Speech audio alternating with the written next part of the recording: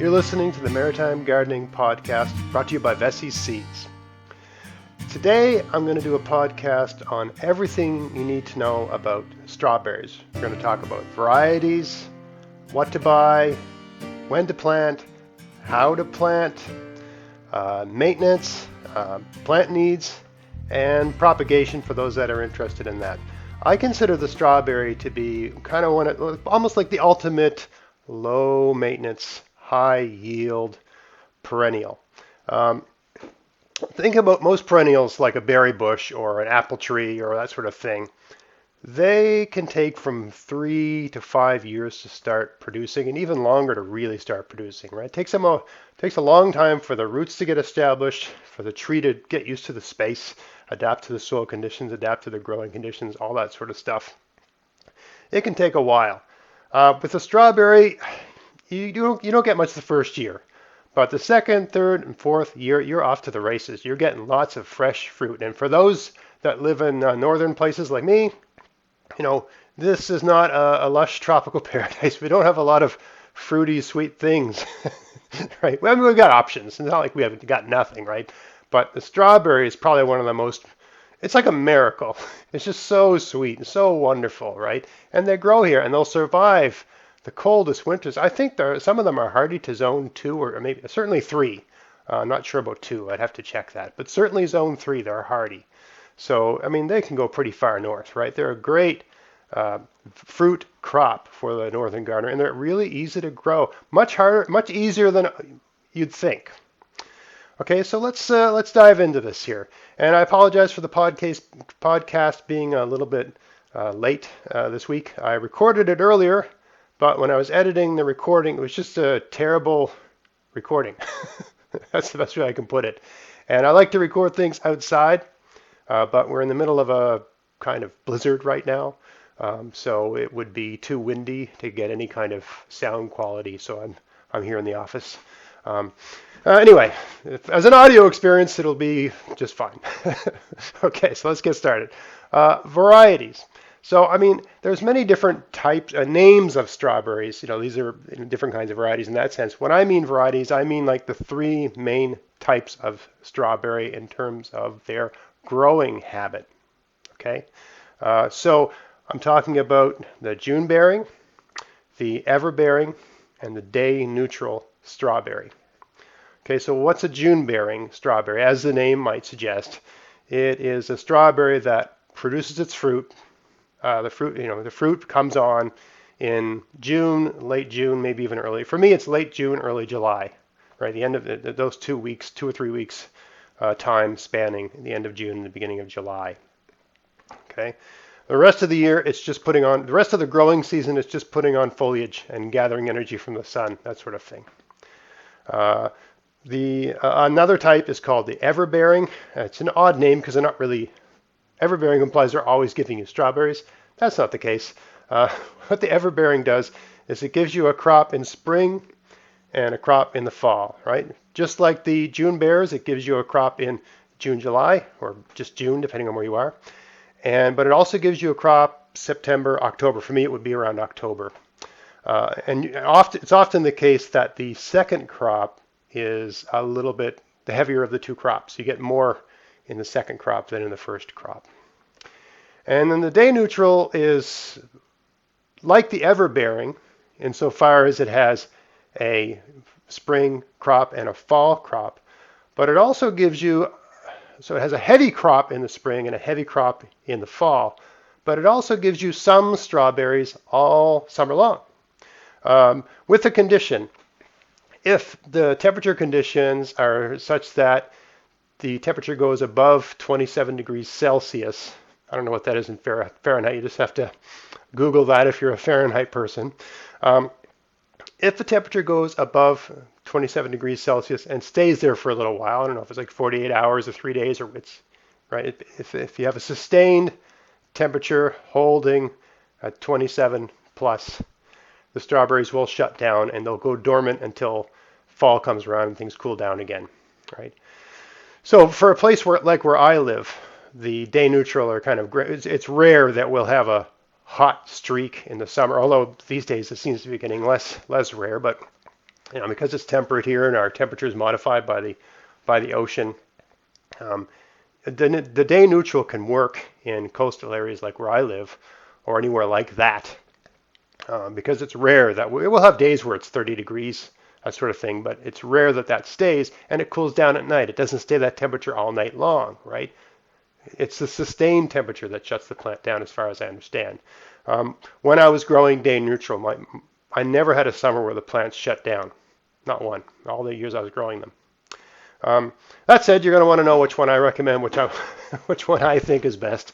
And I can't stand when people just say everything's the best. It depends on what you like. I can only say what I think is the best based on what I like. So, and I'll give those conditions and explain that to you as I go along. So, why do the first question you need to ask is, why are you growing the strawberries? What's your goal, right? Is your goal to have strawberries all summer long for salads and things like that, and some strawberries for jams and sauces and things like that for preservation? If that's your goal, the day neutral's probably the better option. I grow strawberries to make jam. My family, we love strawberry jam. It's probably our favorite jam. I don't know. That's a tough one. Certainly as a group, all four of us. It's all four of our. There's certain jams I like a little bit more sometimes, but as a group, all four of us, if we had to collectively vote in a jam, right? The strawberry jam would be it. So I need to grow enough to make what's that called? Like a 12 1-pint jars of strawberry freezer jam, so that we have one for every month, right? At the beginning of the month, we open up a new jar of jam. It's usually gone in 2 or 3 weeks, and then we spend a week being sad because we have no strawberry jam, and then we get to open up the new strawberry jam. So every month has a kind of celebration, right? So yeah, I'm growing them for jam. I also enjoy them in desserts and in salads and things like that as well. I also have a really big garden. So in the fall, if I had a everbearing or a day neutral, when those berries are producing, I've also got all these other things I'm dealing with in the garden. I'm harvesting potatoes. I'm storing things. I'm blanching and freezing beans. It's a very busy time in the fall trying to store and preserve as much as you can from the garden. So for me, over time, I've gone back to in the old days, all there was was the June bearing, and these other ones have new varieties that they've started developing. Over time, I've gone back to the June bearing. I prefer it. Number one, as far as from everything I've read, I've never confirmed this empirically for myself, but as I understand it, the June bearing strawberry has the heavier yield, even though it only has one yield at one time of the year. If you weighed that yield and compared it to the total weight of the spring and fall yield of the everbearing, or the spring, fall, and all summer long yield of the day neutral, the June bearing has a heavier yield. I've read that. I don't know if it's true, but if you look it up, every source says that. So to me, you're getting the most strawberries, right? But much more importantly, in end of June, early July, there's not a lot of stuff coming out of my garden. There's seedlings, and I'm nursing things along, training things up trellises. Right? There's a lot of work to do in the garden. I'm in the garden in late June, early July, but I'm not overwhelmed with canning and preserving and freezing of produce coming out of the garden. So it's the perfect time to deal with strawberries. When your strawberries are producing, I usually have at least 2 beds of strawberries. When they're producing, you're making jam every other day. Every 2 or 3 days, you got to make jam. You have enough for like a batch every 2 or 3 days for about 2 or 3 weeks, and then it's all over. So it's easy for me to deal with that at that time of the year because there isn't 1,000 other things going on, right? So for me, it just makes much more sense to have all of my strawberries producing when I'm not as busy dealing with things coming out of the garden. So I like the June bearing strawberry, and I would recommend it for that reason. If you're like, the other thing is it's just easier to keep track of things. When it's producing, You're harvesting the berries every other day. You're making jam every other day, just about thereabouts, right? You only have fresh strawberries. You don't pick strawberries and make jam 3 days later. And the reason your strawberry jam and your strawberries taste better than the ones in the store is that you eat them the day you pick them and you make jam the day they're picked, right? Or you pick them first thing in the morning. What I'll typically do is you pick them first thing in the morning and you come home from work and make the jam because you can't make the jam before you go to work, right? They're at a lot of things when you pick them, they're better to pick in the morning. They're at their best, right? Because they've been rejuvenating all night, getting lots of water, not being beaten down by the sun. So for me, that's just a better option. It makes more sense. And then when it's over, you just make sure there's a good mulch. When you're done picking your strawberries, you make sure the bed's weeded and there's just strawberries there. You put down a good mulch and you forget about it for the rest of the season, right? And focus on everything else. I like that. I like things being compartmentalized so I can forget about them. But that's me. Now, what to buy? I mean, the option is to buy the bare root starts with the crowns. It's like a baby plant. It's a baby plant with roots, but doesn't really have any foliage yet. You can buy them like that, or you can buy seeds. And either of those two options, you can get them online or in a store. As a general rule, I would recommend getting them online because there's more variety online. Whether you use my sponsor Vessi Seeds or whatever, right? There are just going to be more options. If I go to the local garden center where I live, there might be 3 types of strawberry bare roots, maybe 2 or 3. If I look at the Vessi Seeds website, they got 5, right? They got AC Valley Sunset, Albion Everbearing, the Albion, which is just a different type of Albion that isn't everbearing, the Kent Strawberry, which is what I grow in my garden, and the Sable Strawberry, which I think is what I ordered this spring for my new strawberry beds.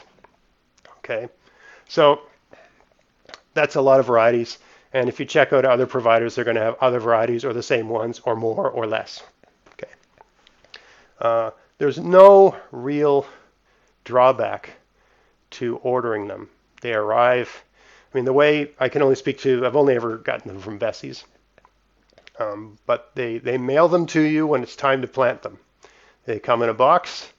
The roots and the little crowns, they're wrapped in a little wet stuff that keeps them moist. And as soon as they arrive, you plant them. I come home from work.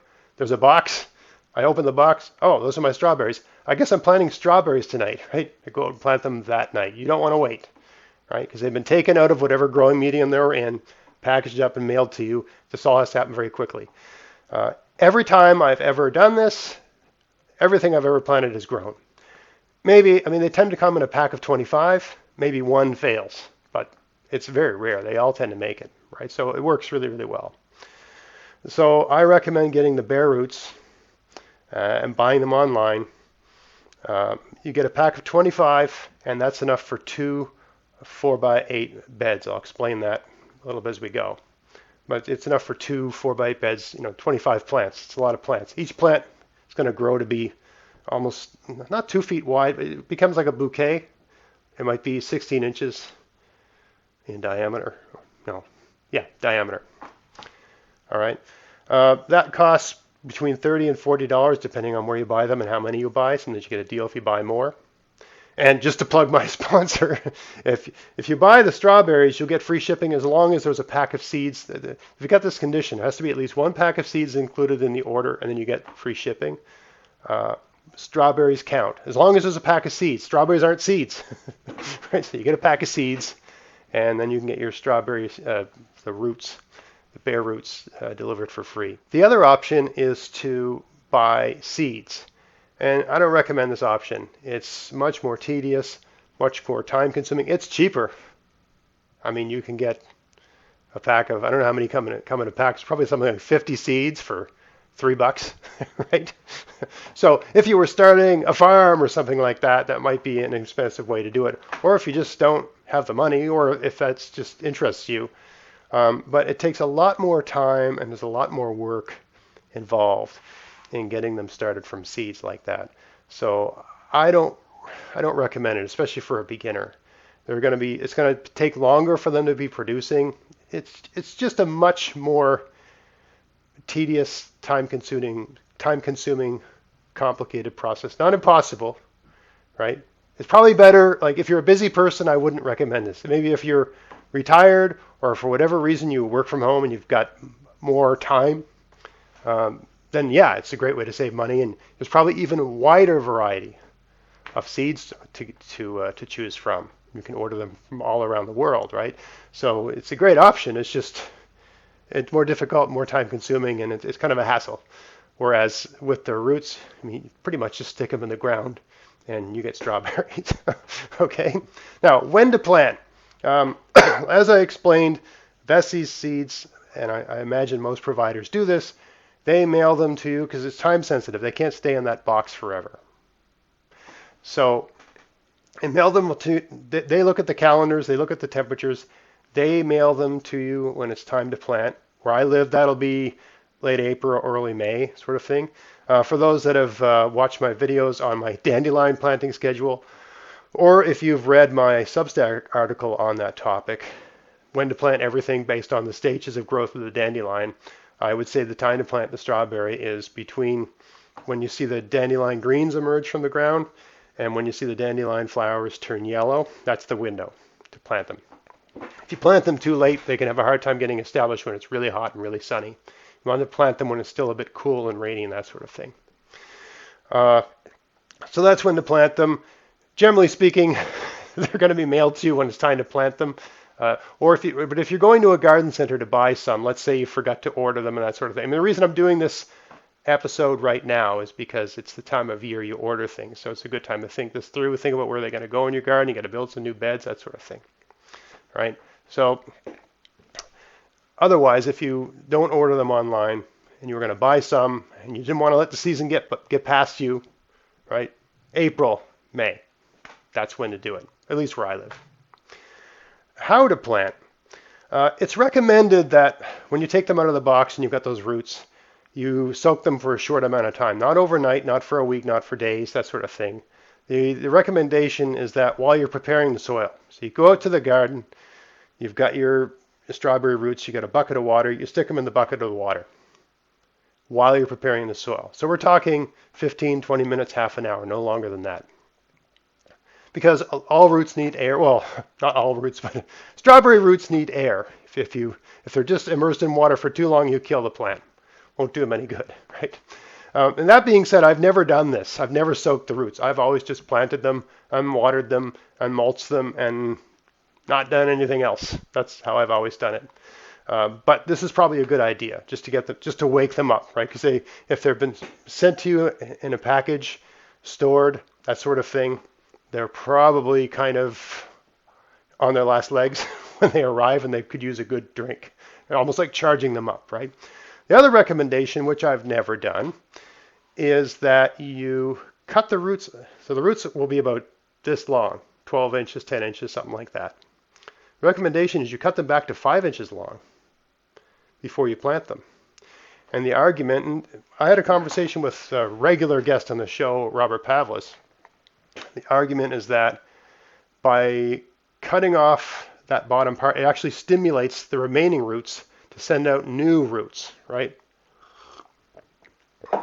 And that those new roots will do a much better job of working their way into the soil. So it's counterintuitive, but by cutting them back to 5 inches long, in a shorter amount of time, as the plant adapts to the soil, you're actually going to have more roots, which means you're going to have a healthier, happier plant. So it makes a lot of sense when you think about it. The other recommendation is that when you plant the strawberry, there's two ways to do this. The recommended way is, trying to think of something I got here. You're going to make a trench, okay? And you're going to plant the strawberries every 12 inches or 14 inches, that sort of thing, 16 inches. You're going to plant them in rows in a trench. But when you're putting them in the trench, either you have the side of the trench and you fan. I need something that looks like a trench. Let's pretend this is a trench, even though it's not much of a trench. But let's say this is the side of the trench. So you fan the roots out on the side of the trench. and then you bring the soil up to there. That's one way to do it with the roots, right? With leaving the crown above the surface. Another way is in the center of the trench. Think you got a trench like this. You create a mound in the center of the trench, like a cone, right? It's like a cone. And you fan the roots out around the cone. Then you put the soil back around the roots. Again, leaving the tip of the crown exposed, right? That's the way it's recommended. That way you're spreading the roots out instead of them all being clumped up together, right? The roots need to be spread out, right? So they can gather water and nutrients for the plant.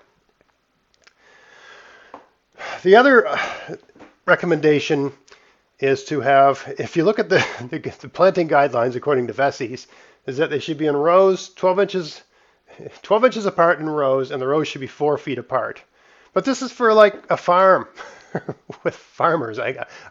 It doesn't make sense for a raised bed type garden like mine, where all the beds are either 3 feet wide or 4 feet wide, that sort of thing. Right? A lot of my beds are 4 feet by 8 feet. I like that dimension for a bed.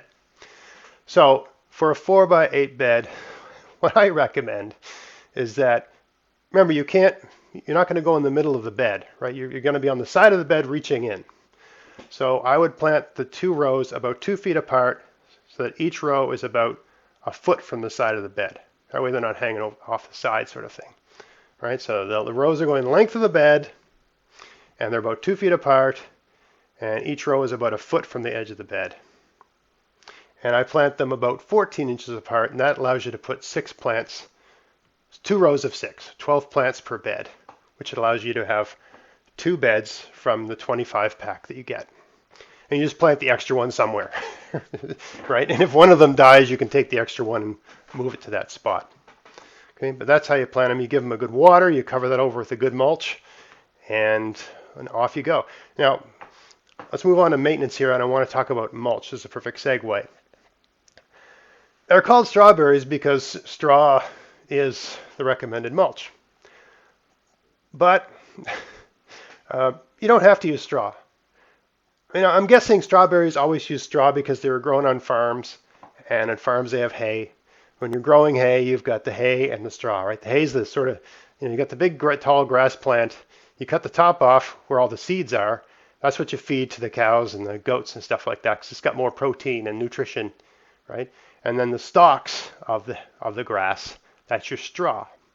It's got very few seeds in it. You use that for bedding. You can also use it for strawberries. Okay, but you can also use leaves. You don't have to use straw for strawberries, and you can also use hay. You don't have to use straw for strawberries. The argument of using straw over hay, if you look, it's easier. I have to buy straw, right? I can't just get it for free. I'm not a farmer. I don't have hay fields, right?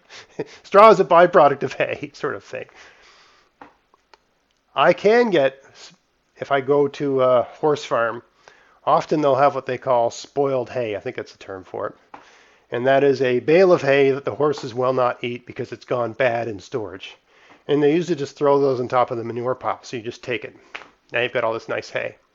It's got billions of weed seeds in it, right? But there's a bit of a myth. I should do a whole article on this. Straw has weeds in it too.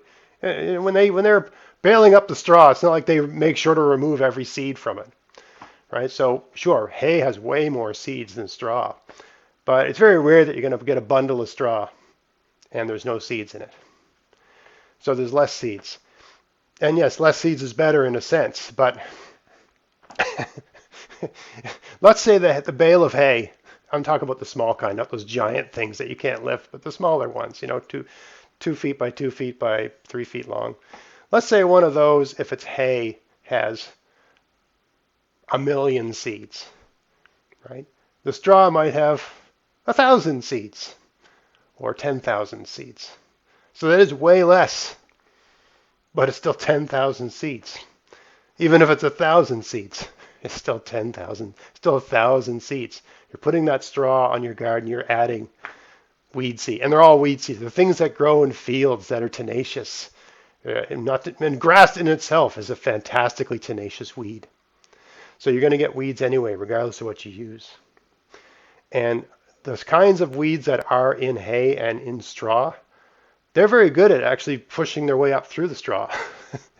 The great thing about a mulch is that it suppresses weeds to a certain extent, but straw and hay let sunlight through to some extent, right?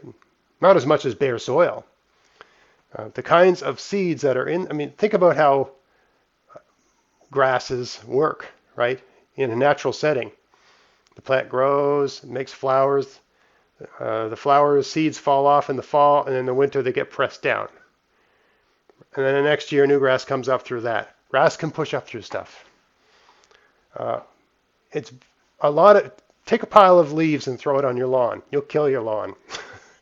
Right?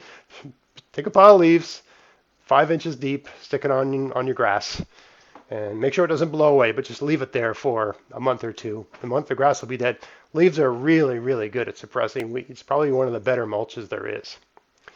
And you can get leaves for free. In the fall, I got about 20 bags of leaves that I just got from people's lawns in the fall. So leaves you can get for free. Just because they're called strawberries doesn't mean you can't use leaves. Well, what do strawberries need? Right? Nitrogen, potassium, NPK. Right? And all the little bits of, a little bit of calcium, a little bit of magnesium, and so on and so forth. A little bit of potash, that sort of stuff. Right? They don't need something special that's only in straw. The straw is just used because it's a byproduct of having a farm, and it happens to be a good mulch for strawberries, but it's not the only game in town. Leaves are fine.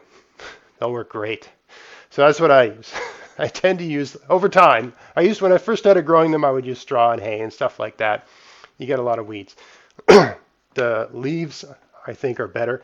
Also, if you gather them in the bag, you can actually use the bag to suppress weeds. You put your strawberries in the ground, and you put your bags over the leaf bags around those crowns on the soil, and you put leaves down. And that'll prevent any seeds that are just, your soil is full of seeds. Your soil is always full of weed seeds, okay? All soil has weed seeds. Even if you buy a bag of soil from a store, just stick it in a flower pot and stick it in the sun. Eventually stuff will be growing out of there, right? So your soil is always gathering weeds. It always has weed seeds. And when you plant your strawberries, if you want them to be fairly weed-free, handy to use the leaf bags. Put that down first and put the leaves on top of that. So in April and May, when you're getting all this rain and every seed in nature is germinating and growing, all the seeds that are in your soil underneath that paper, they'll germinate and they'll try to grow. They'll hit the paper and they'll die. And after a month or so, that paper will just disappear, and then the leaves will start breaking down, feeding your soil organisms, and in turn, acting like a fertilizer for your plants. So, big part of maintenance is, if you want your maintenance to be easy, use a mulch. Use whatever you can get. I recommend leaves. Okay, for all the reasons I just laid out. Weeding is important. If you're seeing weeds appearing in your strawberry, strawberry is like a crown, it's like a bouquet. And if you have a weed come up in the middle of that, it'll just take over. So you have to stay on top of weeds. You do everything you can with your application of mulch to prevent them. But when you see them appear, attack them aggressively. Once every other week when you're out in your garden, have a look at your strawberries. If you see any weeds, deal with them. I can't recommend that enough. They're going to outgrow your strawberries. They're going to cast shade on your strawberries. They're going to outcompete them for nutrients. They're just going to take over. So you have to deal with them. Another part of maintenance for strawberries is dealing with runners, right? Well, what is a strawberry? Strawberry is a fruit. Right? The plant is trying to procreate, perpetuate itself. It's making a fruit, but if you look at a strawberry very closely, it's covered in seeds. It's making seeds. But the strawberry is a very tenacious survivor, and it has two ways of procreating. It makes seeds, sexual reproduction, but it also sends out runners, these long stems, and those are clones of itself. It clones itself, right? It's kind of better than us. Strawberry can do something a human can't do. It can't do math, but it can clone itself. Right? So it sends out these long tendrils, and they go out and then they touch down, and when they touch the soil, a little node appears, and roots go out of the node into the ground, and eventually foliage starts coming up out of that node, and it becomes a new plant. And a strawberry, let's say this is the main plant over here, right? It's going to usually sends out one of those runners can make 2 or 3 plants. It'll touch down and a node will start rooting, and then it'll go a little further and touch down and make another node, and each of those runners can make 2 or 3 new plants. Okay. Now, if you want your main plant, your parent plant, I'm going to use that term, parent plant, runners, and baby plants. Your interest in the first 2, 3, 4 years of that plant's life is the parent plant. That's the big established roots. All season long, the foliage of that plant is gathering energy from the sun, storing it in the roots, so that the following season it can make fruit. It can do berry. It can reproduce itself. It's doing all of that for berries. Right? Plan B for the strawberries, these runners. But when it makes these runners, it uses up energy. So the more runners your plant puts out over the course of the growing season, the less berries you're going to get the following season. When your plant emerges in the spring, okay, it just sends up foliage, right? The plant dies in the winter, doesn't die, but all the foliage dies. The plant's still alive, the roots are alive, but the foliage is dead. In the spring, new foliage comes up. Nice new green leaves and all this nice stuff, right? The initial shoots that come out, that's all happening on account of the energy that's stored in the roots. And all the berries think about it, it's a plant that what fruits? All the other plants that you put in your garden that you plant with seeds, they don't fruit till the end of summer. When you plant beans, the beans are the fruit. When you plant squash, the squash is the fruit. You plant tomatoes, the tomatoes are the fruit. Right? Those things don't start producing until way, right? The strawberry is producing fruit very early. And it's producing fruit early because it's producing fruit using the energy it stored the previous year. Once it's done producing fruit, it just starts gathering energy from the sun for the next year. While it's doing that, if it's feeling good, I don't know how strawberries make decisions, it'll start sending out these runners. Plan B, right? It's a survivor. And actually, wild strawberries are like weeds. They grow everywhere. And actually, they can be a problem in my garden. I know a lot of people say, oh, wild strawberries are wonderful. They taste so good, blah, blah, blah. They're just, in my garden, they're an annoying weed. I don't want them. They take over really aggressively. Okay? So those runners that are coming off of your parent plant, they're using up energy that could be stored in the plant for fruit the next year. So you'll want to remove them. I just wait till they're about a foot long or so. Really, once you start seeing them forming nodes, that's when you start noticing them, right? So if you've got a patch of strawberries and you send out the runner and the runners touch down the first time, that's when it becomes obvious. When you're out in your garden a few times a week, you just take a look at your strawberries. This all happens later in the summer. July, August, they start putting out all these runners. So once a week or once every other week, you just go out with a pair of scissors and you cut those. You got the parent plant over here, you got the runner, you cut it off right where it emerges from the parent plant. Okay, if you manage your runners and cut them off, you're going to have better yields. Okay, you're just going to get more strawberries out of your strawberry plants. And it is true that each one of those runners can become a new plant, and that's going to give you more strawberries. But if you've got 12 strawberries or 14 strawberries in a 4x8 bed, that's all the strawberries that space can handle. Or you don't want more strawberries in that space. Right? That's the ideal number of strawberries for that amount of soil with that amount of sun, sort of thing, right? So there's no advantage of having 50 strawberries in that space. You're just going to get smaller strawberries and less productive plants and more competition between the plants. Now, there is a way to use the runners to propagate new plants, but I'm going to talk about that closer to the end of this recording. The last thing you need to know about maintaining strawberries is sometime in October or November or December, it really depends on where you live, and when you start noticing the plant is shutting down.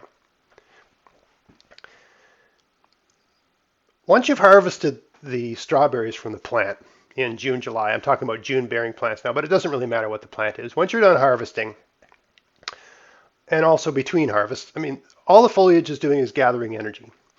So you want to leave the foliage on the plant. You don't want to cut it back or anything. You want to let that foliage gather energy from the sun for as long as it can. And strawberries are tough. They can still grow and put on foliage and gather energy from the sun when there's frost. Okay? But at some point in the fall, for me it's usually sometime in November, the plants really start looking like they're dying, right? The foliage is just taking a beating from the colder nights, and that's when it's time to just give up on the plant. Now, some people say you cut them back to the crowns, cut them, just cut them off and put straw or some sort of mulch over them. I don't cut anything back. I just cover them, and I let the foliage rot off. I cover them with leaves sometime in November, when the plants obviously just kind of looks, it just looks like it's done. Right, the foliage doesn't have a nice green color anymore. It's starting to yellow in places. It's just done. Right, and laying down instead of being up. I cover it in about 4 inches of leaves, but you could use hay or straw or whatever. In November-ish, for me anyway, I cover them with leaves or whatever I can find. And then and that's all I do, just cover them. And in the following spring, at some point, you don't need to take the mulch off or anything. At some point in the spring, you'll see on the mulch a little mound like this. And you want to like pick it off and let the new strawberry come through, but you don't need to. Right? A little mound will appear in the mulch, and eventually, boop, you'll see the little, I don't know how they do it, but they push their way through that, and they just come up through it. You don't need to do anything. Right? 3-4 inches of mulch, whether it's straw or leaves, is fine. Right? And you just leave it, and you pick the strawberries when they appear. That's all the maintenance is required. Also, I guess it's worth mentioning, a strawberry has about a 5-year productive lifespan. The plant will survive. Eventually the plant dies. It just dies. It stops growing altogether. But after about year 4 or 5, you'll start seeing each plant produces less strawberries. So really, the first year you plant the strawberry, it does nothing. It just puts on foliage. It's just a kind of like a green plant in your garden. It might put on some fruit, but not much. And it's even recommended that you if it does make any flowers, you nip them off. But who can resist? You see the flower, eat the strawberry. I don't take the flowers off. I just let it do its thing. Whatever difference that's going to make over the long run, it's imperceptible in my opinion. Anyway, year 2 is when you get strawberries. Year 2 you have a good yield of strawberries. Year 3 you're going to have a fantastic yield of strawberries. Year 4 you're going to have a really good yield of strawberries. Then year 5 you're going to see a slight dialing back of the productivity. Then year 6 is going to fall off dramatically. So really, you view year 5 as your last crop from the strawberries. And you've got 2 choices in year 5. You can use the runners from those plants to propagate a new crop, or you can just kill them all after you've done. That's the other advantage of the June bearing strawberry, which I'm going to do in one of my strawberry gardens this summer. It'll be year 5 for them. So I'm going to harvest the strawberries from them, whatever comes out of there, and then I'm going to pull everything out, throw it on the compost bin. And because it'll be end of June, early July, there's still enough time to plant bush beans or a late crop of fast-growing potatoes, or just move something from there. I've got one bed that's overcrowded. I can take some of those extra things, whether it's kale or, I tend to plant my squash in 3s. Same thing with my zucchini. And then I thin them down to 1, so I always have to kill the other 2. So you just take them out with a bit of soil. I could put something like a squash because they store so well. One bed of zucchini is all the zucchini I can keep up with. But you can always have more squash, right? Because it's so easy to store. So when I'm thinning out my winter squash, I might put them in that strawberry bed. It's a nice sunny spot. That's another point I forgot to mention in how to plant. You want to give the strawberries the sunniest place. At least where I live. I can't speak to growing these things in places like Texas or whatever where it's super hot and you get crazy amounts of sun. I'm talking about, where I live in Canada. You want to give them, you don't tuck them off in the corner. You don't just stick them over here, stick them over there. You stick them where they're going to get sun all day long. All kinds of sun. You want to have good strawberries, you give them a really good sunny place, good soil. Okay? Now, let's talk about plant needs. They need healthy soil like anything else. If you're unsure about, they need slightly acidic soil. It's recommended 5.5 to 6.5 pH. I've never done a soil test in my garden, but I assume the soil is acidic because everything that needs acidic soil grows well in my garden. So just assume they're acidic. It's got a somewhat acidic soil. You need healthy soil, fertile soil.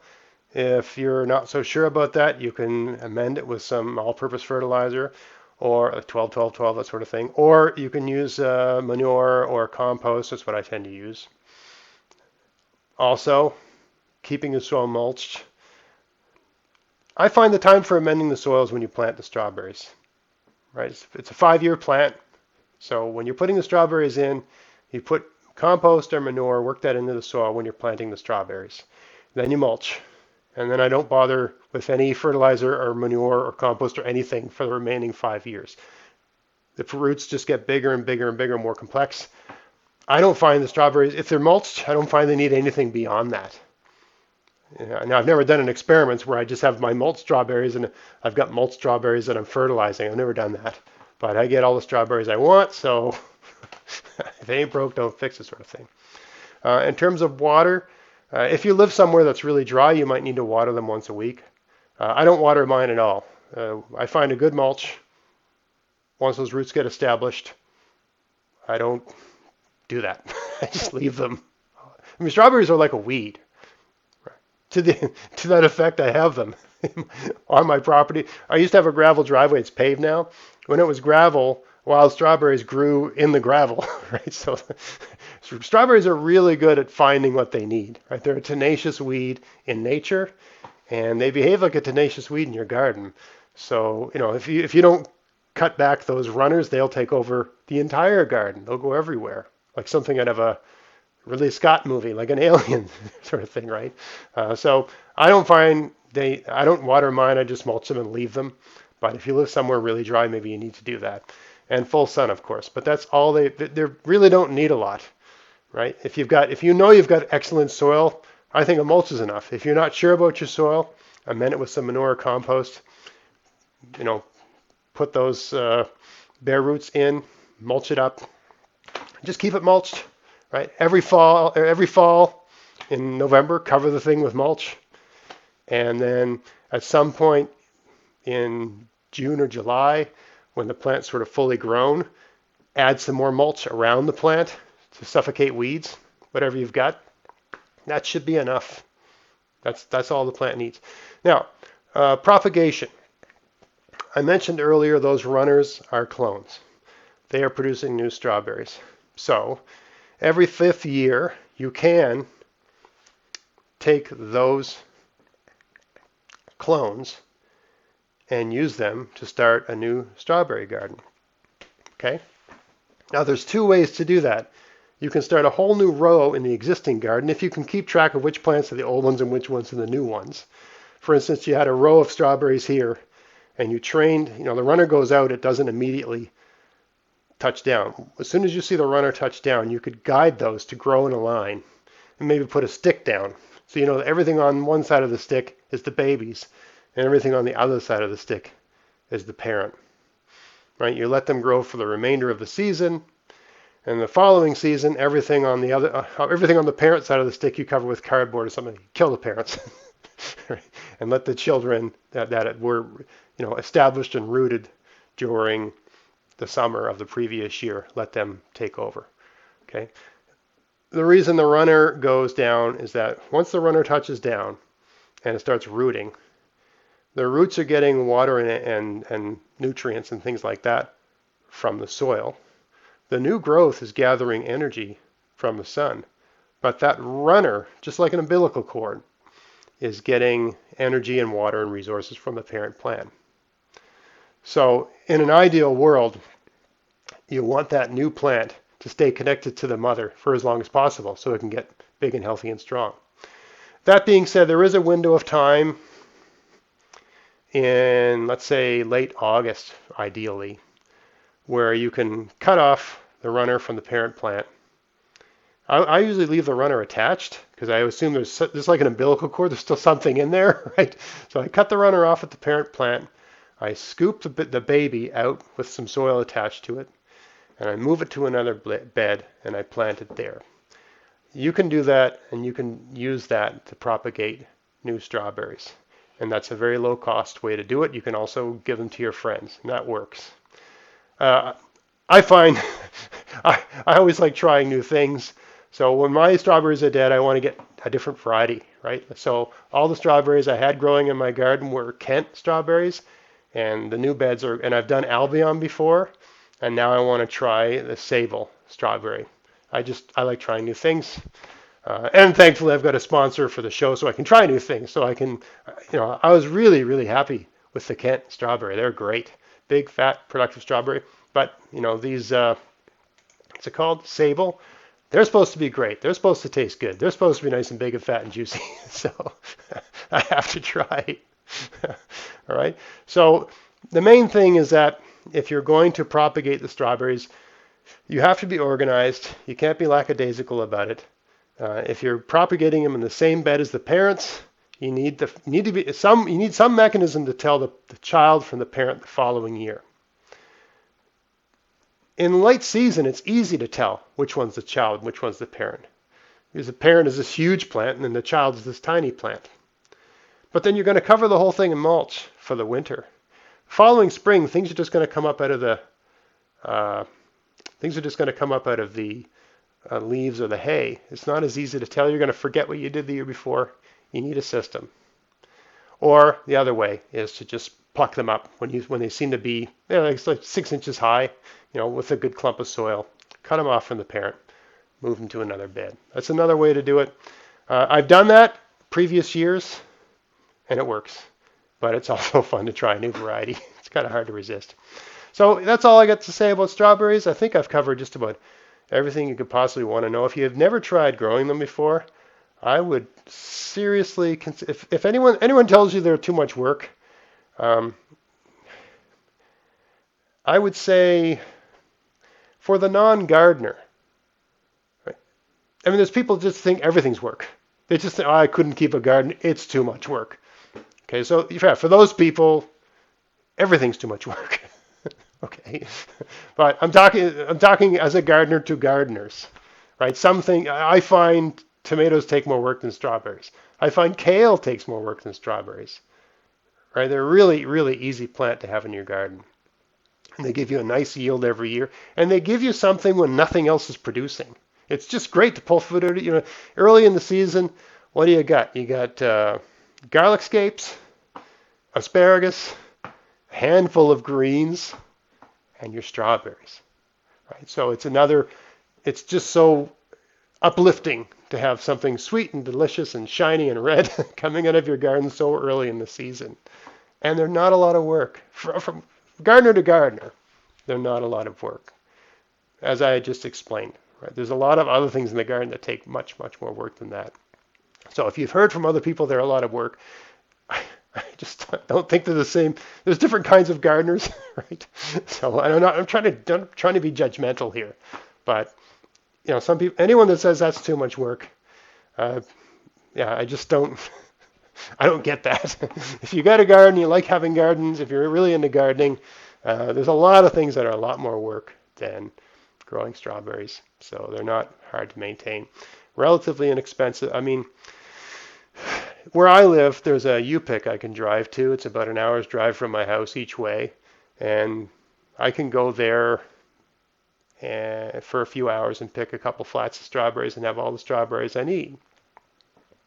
So that's a lot easier than growing That is easier than growing strawberries in the backyard, but it's not cheaper, right? Just the gas alone for driving there and back is more than the price of the strawberries. Think about if you buy, let's think about the highest price. So let's say you can get 25 strawberries for $40, and you get strawberries for 4 years out of that. So that's $10 a year for a lot of strawberries.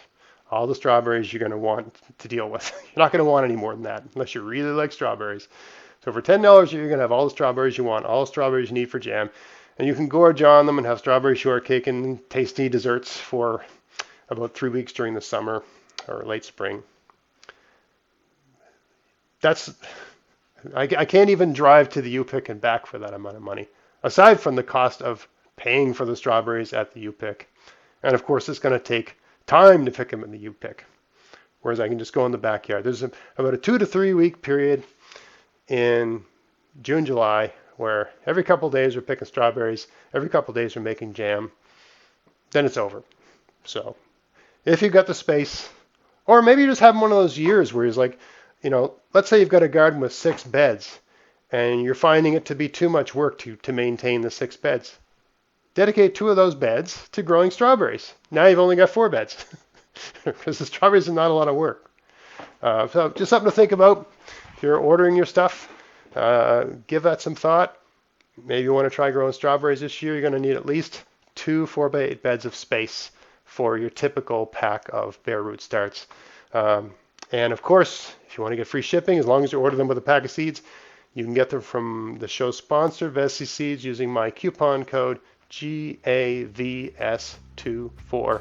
Details will be in the show notes of this podcast or in the description box of this YouTube video. I hope you found this video interesting. Sorry I couldn't do it outside. It's just crazy out there. It's too windy. If you did enjoy watching this video, please like, share, subscribe. Until next time, get out there, get at it, have fun in your garden. Thanks for watching.